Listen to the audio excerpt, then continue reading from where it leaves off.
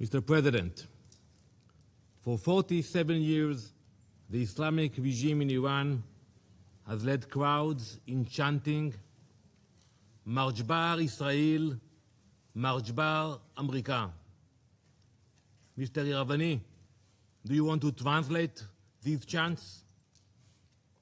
Your leaders have been chanting it for years in public events, in your parliament. March bar Israel, March bar America.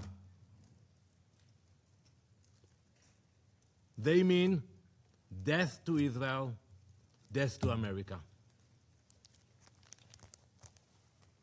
Israeli and American flags were painted on roads so they could be trampled. Our flags were burned in public squares. This is not the anger of a radical fringe.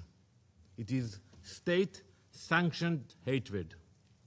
And while those March bar chants echoed, uranium was enriched, centrifuges span, missiles were built, facilities were buried deep underground. It was never just empty rhetoric. It was preparation for action. But today, alongside our ally, the United States, we act to stop it. Israel stands before you today, having acted with the United States to confront and stop an existential threat before it became irreversible. The operation targets nuclear infrastructure, ballistic missile sites, the machinery of repression that fuels terror across our region. We did not act of impulse. We did not act of aggression. We acted out of necessity because the Iranian regime left no reasonable alternative. This joint effort will continue for as long as the threat remains. We thank President Trump and acknowledge the close cooperation between Israel and the US, which has brought the alliance between our countries to an all-time high in peace and in war. Let us be clear about what we are confronting. This regime has built nuclear weapons in blatant disregard of international law and UN resolutions.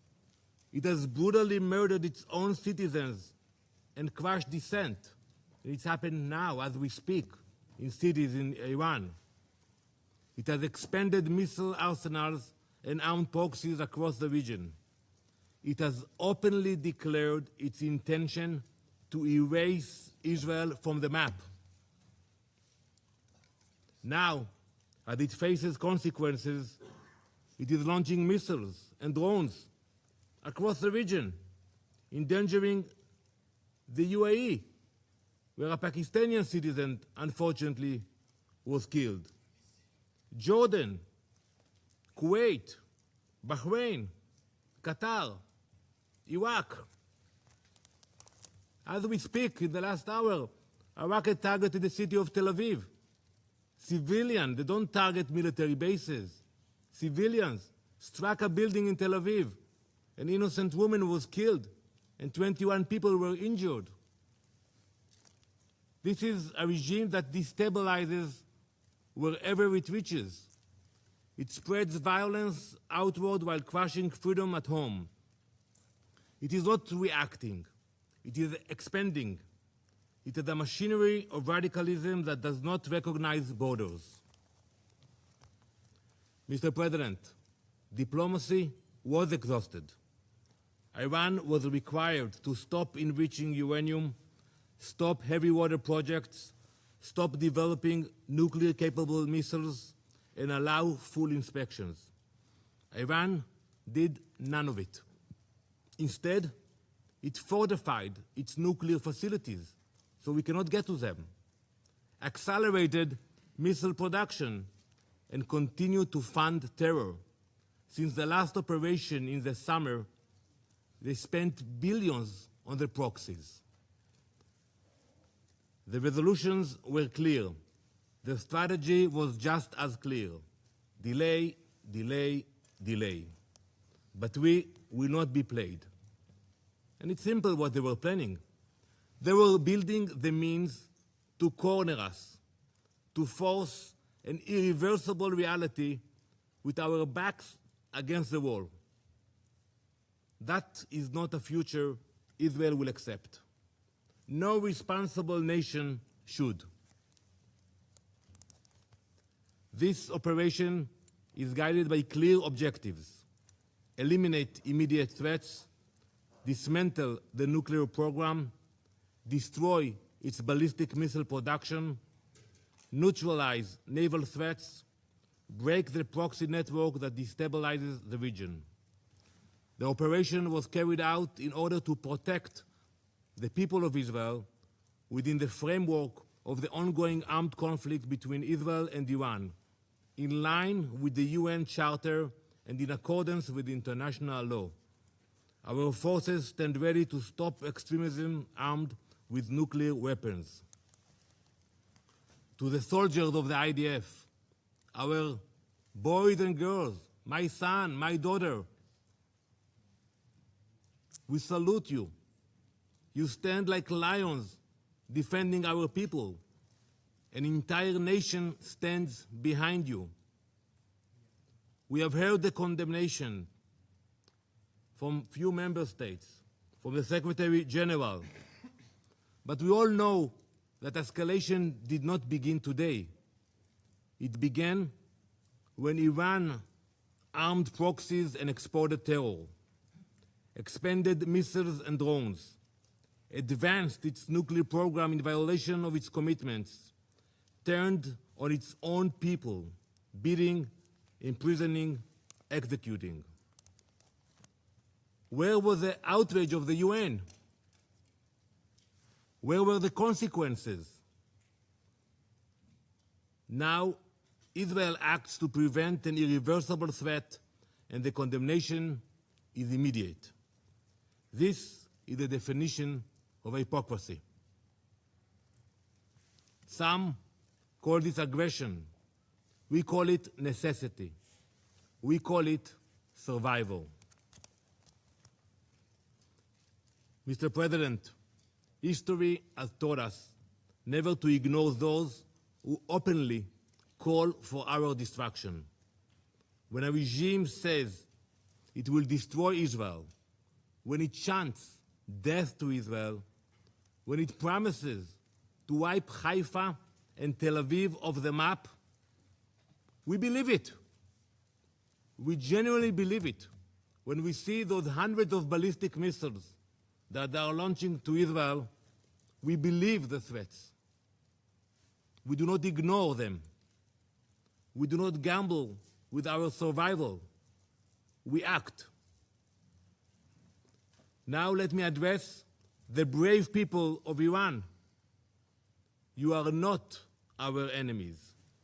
This operation is not directed at you. It is directed at a regime that has silenced you, imprisoned you, and invested in missiles and uranium while your economy suffers. You deserve better. It is this regime, the Basij, the Revolutionary Guard, who have dragged your country into isolation. The world does not fear a free Iran. It fears a radical regime armed with nuclear weapons and driven by extremism. Your future should not be defined by those who chant for death. As President Trump has said, the Iranian people deserve dignity, security, and the chance to shape their own destiny. We are thinking about you. You are seen. You are not alone. The future of Iran belongs to its people. We stand with you. Mr. President, this week, Jewish families all around the world celebrate Purim. Many Israelis will do so now in a bomb shelter. The story of Purim happened more than 2,500 years ago, in the same place, in ancient Persia. an evil minister by the name of Haman sought to wipe out the Jewish people. And it began with words, with chants. It became a decree. It could have become a genocide. But Queen Esther refused to remain silent. She stepped forward, she spoke up, she acted before it was too late. That is the lesson we learned. It is not only an ancient lesson, it is a modern one. Last week, I stood at the gates of Auschwitz with dozens of UN ambassadors. We stood in a place that shows what happens when radicalism and extremism grows and no one stops it in time. Before the Holocaust, some leaders, serious leaders, believed that they could calm aggression with concessions. They were completely wrong. Giving in did not stop evil. It strengthened it. Winston Churchill understood what Queen Esther understood long before him. When destruction is declared and weapons are being prepared and assembled, leaders must act, not later, now. Today, President Trump and Prime Minister Netanyahu understand that same lesson. For decades, the Iranian regime has built missiles, enriched uranium, armed proxies, and spread terror far beyond its borders. This regime is not only Israel's enemy. It is an enemy of stability, an enemy of every peace-loving nation. In this joint operation, Israel and the US are acting together, not because we see conflict, because we refuse to ignore declared destruction. We are stopping extremism before it becomes unstoppable. We will ensure that no radical regime armed with nuclear weapons and ballistic missiles can threaten our people or the entire world. Thank you, Mr. President.